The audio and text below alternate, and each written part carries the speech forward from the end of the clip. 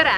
Oleme täna jõudnud Tartu linna ning meie eesmärk on uurida tartlastelt, kui paljud on pidanud padjasõda kas oma sõpradega või perega või hoopis kellegi kolmandaga.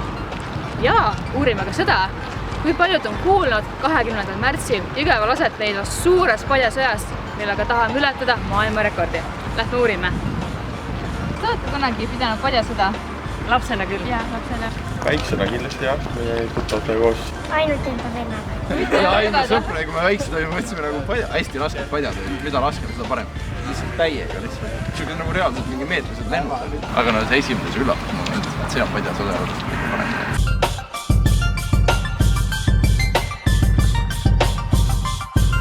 Mis padjaga teie magate? 2 padjaga. 3-ga.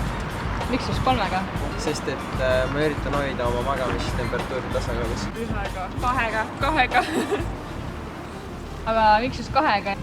Mul on tunne, et keegi armastab. Keegi on kaisus nagu ja kedagi on kaisutada. Padjad on päris head. Kas te olete kuulnud midagi Jõgeval toimuvast padjasõjast, millega tahetakse maailmarekordit ületada? Jaa. Olen huvitatud. Oled tulemas ka? Ma usun küll, jah. Ma olen kohal.